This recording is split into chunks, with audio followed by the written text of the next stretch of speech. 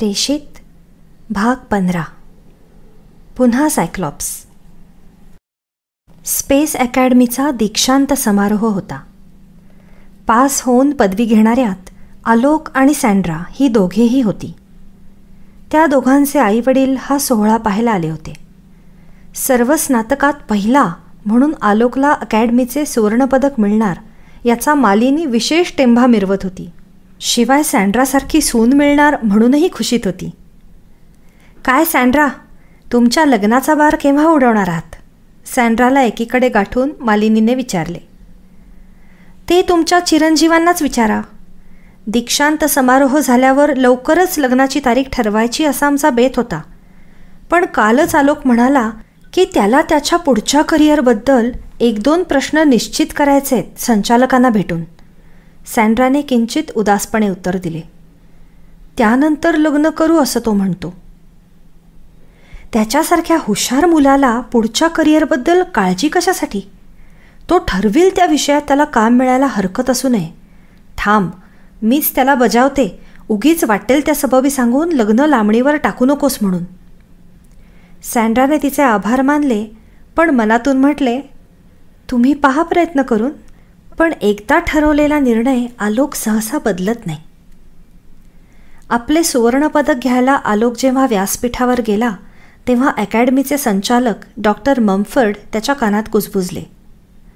उद्या सकाळी 10 वाजता माझ्या ऑफिसमध्ये येऊन भेट. आलोकने त्यांच्या चेहऱ्याकडे पाहिले. बहुतेक आपण केलेल्या विनंतीच्या संदर्भात संचालकांनी आपल्याला बोलवले असणार.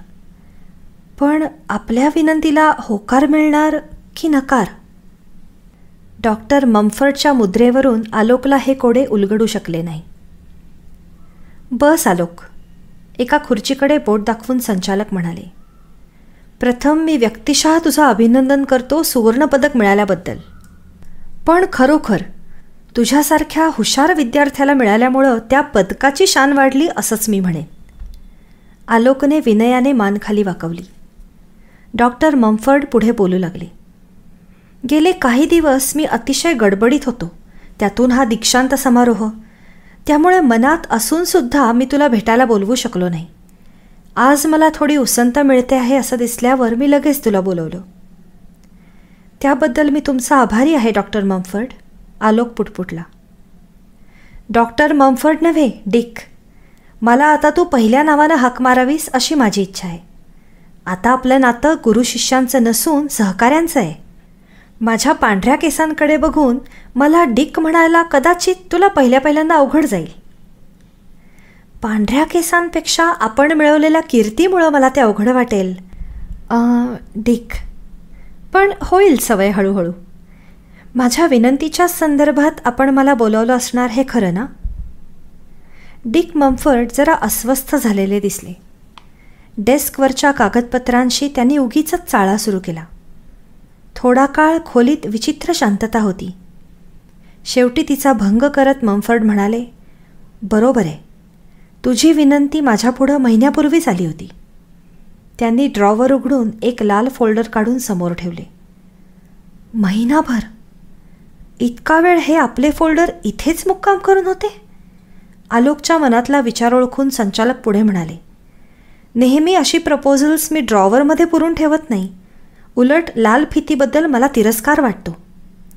गंमत म्हणून तुला सांगतो, मी लहान होतो तेव्हा माझ्या वडिलांनी, ते एक खगोलशास्त्रज्ञ होते, तुझ्या देशातल्या 2 शास्त्रज्ञांबरोबर एक संयुक्त प्रकल्प तयार केला. भारत आणि अमेरिका ह्या दोन्ही देशातल्या काही राष्ट्रीय संस्थांतर्फे मान्यता मिळाल्यावर त्या प्रकल्पासाठी पैसे मिळणार होते. पण ह्या संस्थांनी ती मान्यता द्यायला इतका उशीर लावला की तोपर्यंत माझे वडील आणि त्यांचे भारतीय शास्त्रज्ञ मित्र कोणालाच त्या प्रकल्पात रस वाटेनासा झाला. आणि ही लाल फीत चालवणाऱ्या समित्या तुझ्या माझ्यासारख्याच वैज्ञानिकांच्याच होत्या. पण मी विषयांतर करतोय. तुझ्या प्रकल्पाबाबतीत मी दिरंगाई केली नाही. उशीर झाला कारण मामला नाजूक आहे असे म्हणून संचालक उठून आपल्या खुर्चीमागच्या खिडकीतून बाहेर पाहू लागले. जणू काही पुढचा प्रश्न विचारताना आलोकच्या चेहऱ्याकडे पाहायला त्यांना संकोच वाटत होता. डिक मम्फर्डना काहीतरी अप्रिय गोष्ट सांगायची आहे असे आलोकने मनातून ओळखले, पण चेहरा निर्विकार ठेवला. आलोक, तुला ह्या प्रकल्पाऐवजी दुसरा कुठला प्रकल्प कामासाठी घेता येणार नाही का? मी त्या बाबतीत हवं ते सहाय्य करू शकेन. आलोकला हा प्रश्न अपेक्षित असावा, कारण त्याचे उत्तर तयार होते. डॉक्टर मम्फर्ड, चुकलो डिक. मी ह्या संस्थेत दाखल झालो तेव्हापासून माझ्यापुढं जे उद्दिष्ट होतं ते ह्याच प्रकल्पामुळं साध्य होणार आहे. दळणवळण हा माझ्या आवडीचा विषय. 3 वर्षांपूर्वी जेव्हा मी सायक्लॉप्सची यंत्रणा पाहून आलो तेव्हाच माझ्या लक्षात आलं की माझ्या कार्यासाठी तेच एक ठिकाण योग्य आहे. तेव्हापासून मी माझ्या प्रकल्पावर विचार करत आलो आहे. आता तो प्रकल्प सोडून दुसरा घेणं मला कसं मान्य होईल व शक्य होईल? आपण माझ्या दृष्टिकोनातून पहा, ही माझी तुम्हाला विनंती आहे. मला त्याची पूर्ण कल्पना आहे आलोक. त्याच्याकडे वळून पाहत मम्फर्ड म्हणाले, आता माझी पण बाजू ऐक. गेली कित्येक दशकं सायक्लॉप्सवर मिलिटरीचा पूर्ण ताबा आहे. हा ताबा मिळाला तेव्हा आंतरराष्ट्रीय परिस्थितीत पुष्कळ तणाव होते. अमेरिकेच्या संरक्षणासाठी सायक्लॉप्स आम्हाला द्या असं मिलिटरीनं म्हटलं आणि त्यांना तो मिळाला. पण आता आंतरराष्ट्रीय परिस्थिती पुष्कळ निवळली आहे, तेव्हा सायक्लॉप्स विज्ञानासाठी वापरायला काय हरकत आहे? आलोकचा मुद्दा योग्य होता. कबूल, तुला मला हे पटतं, पण मिलिटरीला हे कोणी पटवायचं? एकदा एका वस्तूवर ताबा मिळाला आणि वर्षानुवर्ष अधिकार गाजवायची सवय झाली की ती वस्तू कोणाला सोडवत नाही. शिवाय आपली संस्था आंतरराष्ट्रीय स्वरूपाची आहे, अमेरिकेची नाही. तू अमेरिकेचा नागरिक नाहीस. जिथं अमेरिकन संस्थेतल्या अमेरिकन वैज्ञानिकांना सायक्लॉप्समध्ये मज्जाव आहे तिथं तुला कसा प्रवेश मिळेल? मम्फर्ड म्हणाले. डिक, मी मिलिटरीला सायक्लॉप्सवरचा ताबा सोडायला सांगत नाही. त्यांच्या अधिकाराच्या कक्षेत राहून माझा हा लहानसा प्रकल्प मला पुरा करता येईल. आणि मी लहान तोंडी मोठा घास घेण्याचं धारिष्ट्य करू? आपण म्हणालात मिलिटरीला कोणी पटवायचं? मिलिटरी जिचं ऐकेल अशी एक व्यक्ती या जगात आहे. अमेरिकेचे राष्ट्राध्यक्ष तुमचे लहानपणापासूनचे जानी दोस्त आहेत. डॉक्टर मम्फर्ड हसले. त्यांनी समोरचे फोल्डर उघडले. त्यातील सर्वात वरच्या पानावर अनेक शेरे होते. त्यातील शेवटचा शेरा होता, प्रकल्प मंजूर, राष्ट्राध्यक्षांच्या खास आज्ञेवरून. आलोकच्या तोंडून आश्चर्याचा उद्गार बाहेर पडला. मम्फर्ड पुढे म्हणाले, मी गेला महिना स्वस्थ बसून नव्हतो. हा शेरा मिळवण्यासाठी मला पुष्कळ यातायात करावी लागली. तुझ्या वतीनं मी काही आश्वासनं दिली आहेत. ती तुला मान्य होतील अशी आशा आहे. ती आश्वासनं विचारात घेऊन मिलिटरीनं काही निर्बंध घातलेत ते पहा. मी ते निर्बंध मान्य केलेत. मम्फर्डनी त्याच्यापुढे एक मेमो सरकवला. मिलिटरीने घातलेले निर्बंध आलोकच्या अपेक्षेप्रमाणे होते. ते लक्षात घेऊन आपल्याला आपला प्रकल्प पूर्ण करता येईल अशी त्याला खात्री होती. केवळ एक गोष्ट त्याला खटकली. सायक्लॉप्समध्ये काम करायची संधी त्याला केवळ 60 दिवसांसाठी मिळणार होती. 60 दिवस आपल्याला पुरतील का? मम्फर्ड त्याच्याकडे उत्सुकतेने पाहत होते. अखेर आलोक उठला आणि म्हणाला, डिक, मला हे सर्व मान्य आहे. माझ्याकरता इतके परिश्रम घेतल्याबद्दल मी तुमचा ऋणी आहे. मी उद्यापासून कामावर रुजू होईन. डॉक्टर मम्फर्डचा निरोप घेऊन आलोक बाहेर पडला. त्याने लगेच सँड्राला फोन केला. सँड्रा, आपलं लग्न आजपासून 61 दिवसांनी. सायक्लॉप्समध्ये कामावर रुजू झाल्यावर आलोकला प्रथम वेगळे ठेवण्यात आले. डिफेन्सची गुप्त कामे करणारे तंत्रज्ञ ह्या शास्त्रज्ञाकडे संशयाने पाहत. पण हळूहळू त्यांना दिसून आले की हा गडी स्वतःमध्येच रमलेला असतो, ना कोणाच्या अध्यात ना मध्यात. उलट त्याला सायक्लॉप्सवर चालू असलेल्या मिलिटरीच्या कामाबद्दल कसलीच उत्सुकता नसल्याचे जेव्हा इतरांना दिसून आले तेव्हा ते लोक त्याच्या बाबतीत निर्धास्त झाले. आलोकने स्वतःचे डोके वापरून सायक्लॉप्समध्ये पुष्कळ सुधारणा सुचवायला सुरुवात केली. प्रथम तेथील तंत्रज्ञांनी त्याच्या कल्पना धुडकावून लावल्या, पण अखेर त्यांना प्रयोगांती पटले की आलोकच्या कल्पना यथार्थ आहेत. त्यामुळे सायक्लॉप्सच्या संदेशग्रहण क्षमतेत पुष्कळ वाढ झाली. आलोकच्या लोकप्रियतेतही त्याच प्रमाणात वाढ झाली. सायक्लॉप्सवरचा एक तंत्रज्ञ फ्रेड मॉरिस आलोकचा चाहता झाला. त्याचे आणि आलोकचे अनेक विषयांवर मजेत वादविवाद होत. एकदा आलोकने फ्रेडला विचारले, सायक्लॉप्सने घेतलेले वेध गुप्त असतात ते खरं, पण ते किती काळ? गुप्ततेचा पडदा हा 10 वर्ष ठेवला जातो. त्यानंतरचे रेकॉर्ड कोणीही पाहू शकतो. मात्र त्याला आगाऊ परवानगी लागते आणि काही खास रेकॉर्ड जे अजूनही कोणी पाहू नये अशा स्वरूपाचा असेल त्याच्यावर 10 वर्षांनंतरही पडदा असतो. हे रेकॉर्ड कसं पाहायचं असतं? आलोक. कम्प्युटरमध्ये व्हिडिओ मॉनिटरवर. मला दाखवशील? कदाचित मी त्या यंत्रणेत काही सुधारणा सुचवू शकेन.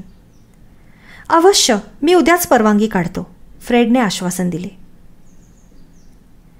आज तारीख आहे 12 ऑक्टोबर 2047.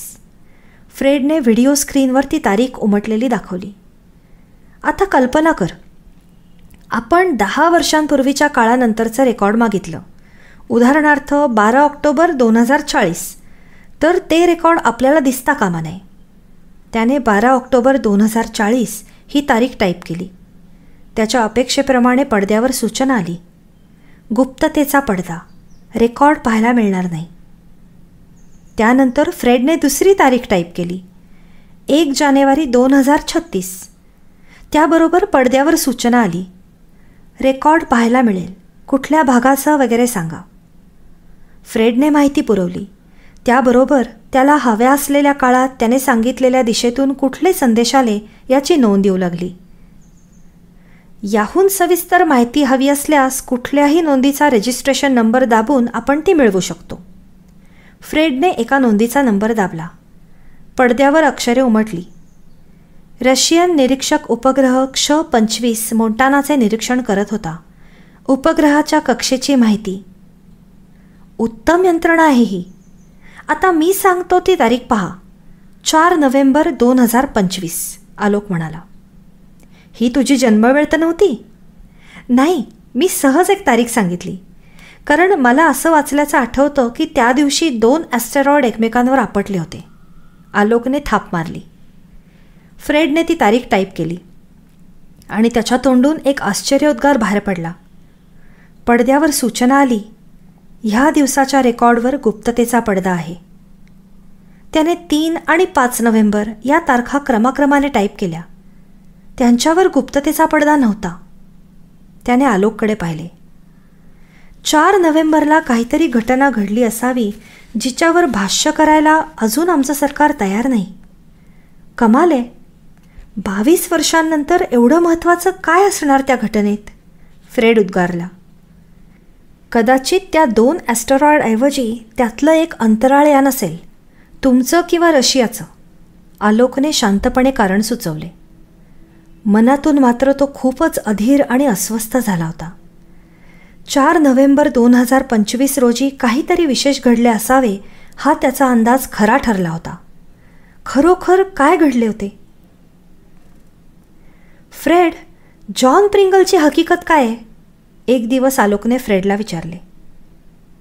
जॉन प्रिंगलचं नाव काढलं की सायक्लॉप्समधल्या सुरक्षाधिकाऱ्यांच्या अंगावर काटा उठतो, फ्रेड म्हणाला. तो एक शास्त्रज्ञ होता. सायक्लॉप्सच्या सुरुवातीच्या काळात मिलिटरीच्या परवानगीनं काही शास्त्रज्ञ इथं काम करीत असत. त्यातला तो एक होता. मात्र तो मिलिटरीचे निर्बंध पाळत नव्हता. तो गुप्तपणे सायक्लॉप्सचा उपयोग स्वतःच्या वैज्ञानिक प्रयोगांसाठी करतो असा मिलिटरीच्या सुरक्षाधिकाऱ्यांना संशय होता. परंतु केवळ वैज्ञानिक, त्यातून खगोलशास्त्राच्या वेधांनी देशाला काही धोका नाही असं समजून त्याने प्रिंगलच्या कारवायांकडं कानाडोळा केला. पण एक दिवस, नाही रात्री, प्रिंगल आपली ड्युटी संपवून बाहेर गेला तेव्हा त्याच्याबरोबर कारमध्ये एक मॅग्नेटिक टेप होती. सुरक्षाधिकाऱ्याला प्रिंगलची कार गेटमधून बाहेर जाताना गेटवरच्या सेन्सॉर यंत्रणेतून ती माहिती मिळाली. टेप अशा तऱ्हेनं परवानगीशिवाय बाहेर घेऊन जाणं हा मोठा गुन्हा आहे. तेव्हाही होता. जॉन कदाचित कोणाला तरी ती टेप देणार असेल तेव्हा त्याला लगेच न पकडता टेप देताना पकडावं म्हणून गुप्तचर विभागानं त्याच्यावर पाळत ठेवली. पण जॉन आपल्या कारमधून जाताना डोंगराळ भागात अपघातात मेला. त्याची कार घाटमाथ्यावरून कोसळली. आणि टेपचं काय झालं? आलोकने विचारले. कारचा चक्काचूर झाला, तिथं टेप कुठं सापडणार? पण जर तुला ह्या प्रकरणाबद्दल माहिती हवी असेल तर चौकशी समितीचा रिपोर्ट वाच. लायब्ररीत तुला तो सापडणार नाही, कारण तो गुप्त आहे. खरं म्हणजे 50 वर्षांपूर्वीचं प्रकरण गुप्त ठेवायची जरूर काय? माझा या गुप्ततेच्या नियमांवर विश्वास नाही, म्हणून मी तो रिपोर्ट कसा तरी मिळवला. तू वाचून मला परत दे. आणि हो, रिपोर्ट माझ्याकडून मिळाला हे कोणाला कळता कामा नये. फ्रेडने आपल्या बंद कपाटातून एक बारीक पुस्तक काढून आलोकच्या हवाली केले.